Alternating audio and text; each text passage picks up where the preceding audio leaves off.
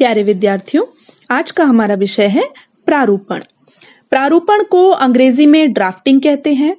सरकारी कामकाज में पत्र का सबसे पहले ड्राफ्ट तैयार किया जाता है, जिसे मसौदा या आलेख भी कहते हैं।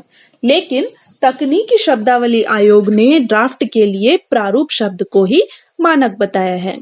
सरकारी कामकाज में प्रयुक्त पत्र तथा अन्य सूचनाओं के आदान प्रदान के लिए मसौदा तैयार किया जाता है, जो अपने पहले चरण में प्रारूप कहलाता है।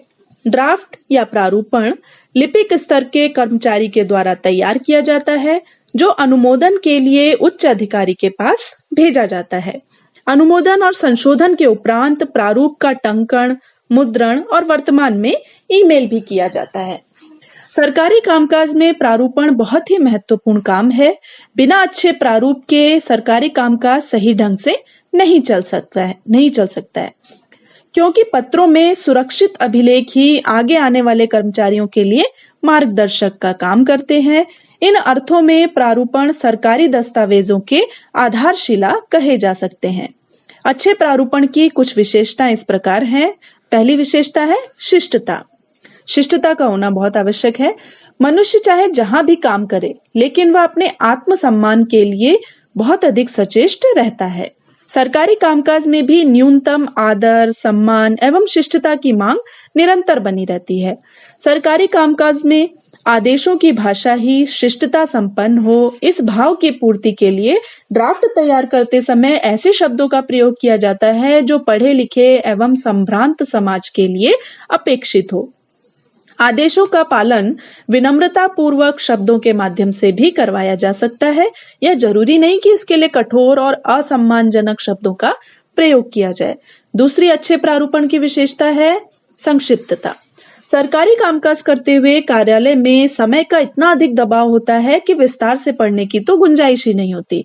इसलिए ड्राफ्ट तैयार करते समय यह कोशिश रहनी चाहिए कि कम से कम शब्दों में अधिक से अधिक बात कह दी जाए, क्योंकि कार्यालय में कामकाज अंतिम रूप से प्रशासनिक अधिकारियों को करना पड़ता है और वे अत्यंत ही व्यस्त रहते हैं। अतः प्रारूप हमेशा संक्षिप्त बनाए जाने चाहिए, जिससे उनके अनुमोदन में कम से कम समय लगे। तीसरी प्रारूप की विशेषता है परंपरा का अनुगमन। प्रारूप तैयार करते समय यह ध्यान रखना चाहिए कि अभी तक उस कार्यालय में किस तरह की शब्दावली का प्रयोग किया जाता रहा है। प्रत्येक कामकाज के लिए एक निश्चित शब्दावली विकसित हो जाती है। प्रारूप में उसका ही अनुसरण करना उचित रहता है। चौथी अच्छे प्रारूप की विशेषता है शुद्धता। पत्र में शुद्धता की अहम भूमिका होती है।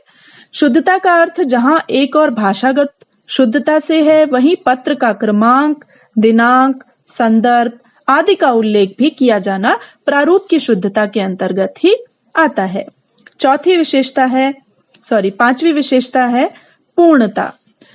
प्रारूप तैयार करते समय इस बात का विशेष ध्यान रखा जाना चाहिए कि जिस विषय और उद्देश्य के लिए प्रारूप तैयार किया जा रहा है, वह उस पत्र से पूरा हो भी रहा है या नहीं।